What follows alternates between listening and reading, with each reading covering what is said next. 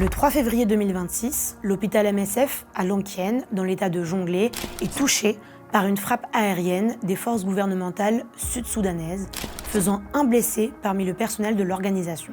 Le même jour, le centre de santé de MSF à Piéry, également situé dans le Jonglei, est pillé par des assaillants non identifiés. Ces deux attaques s'inscrivent dans une série alarmante d'incidents qui ciblent des infrastructures civiles au Soudan du Sud, dont les structures de santé, et qui semblent avoir pour but de priver les populations de services essentiels. En 2025, au Soudan du Sud, MSF a subi 8 attaques ciblées, forçant la fermeture de 2 hôpitaux et la suspension de ses activités médicales dans le Nil supérieur, ainsi qu'au Jonglei et en Équatoria centrale. Conséquence, des centaines de milliers de personnes ont été privées de soins. L'intensification des combats entre les forces gouvernementales et celles de l'opposition marque la pire escalade depuis la signature d'un accord de paix en 2018. Selon l'ONU, ces nouvelles vagues de violence ont déplacé plus de 320 000 personnes en 2025 et 2 000 ont été tuées. Pourtant protégés par le droit international humanitaire, les établissements de santé sont attaqués par toutes les parties au conflit. En septembre 2024, MSF suspend toutes ses activités mobiles de prévention à Yé à la suite d'une attaque sur 2 véhicules de l'organisation par des hommes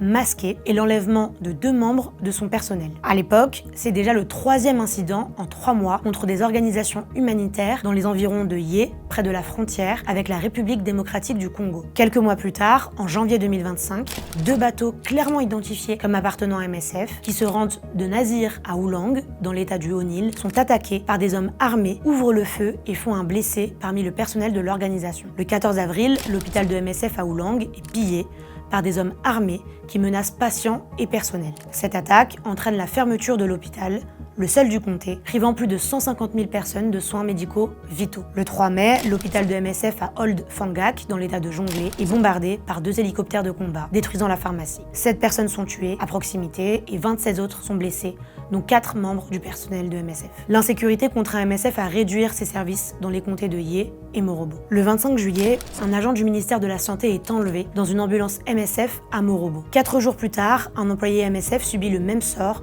lors d'une évacuation, entraînant la suspension des activités dans ces 2 comtés pendant 6 semaines. Enfin, le 3 décembre, un établissement de santé est touché lors d'un bombardement à Piéry. Le même jour, les équipes MSF sont les témoins d'autres frappes aériennes visant Lankien. Fin décembre, des restrictions d'accès sont imposées par le gouvernement sud-soudanais dans plusieurs zones contrôlées par l'opposition dans l'état de Jonglei, le théâtre d'affrontements intenses. Elles entraînent la suspension de tous les vols humanitaires, rendant difficile, voire impossible, la distribution de fournitures médicales, l'évacuation de blessés, ainsi que le transport du personnel de santé. À la suite de ces restrictions, MSF est contrainte d'évacuer son personnel de Lankien et d'Akobo. Comme c'est le cas dans les zones de conflit où elle intervient, MSF a partagé les coordonnées GPS de toutes ces installations avec le gouvernement et l'ensemble des parties au conflit. Pourtant, les établissements de santé continuent d'être attaqués dans le mépris le plus total.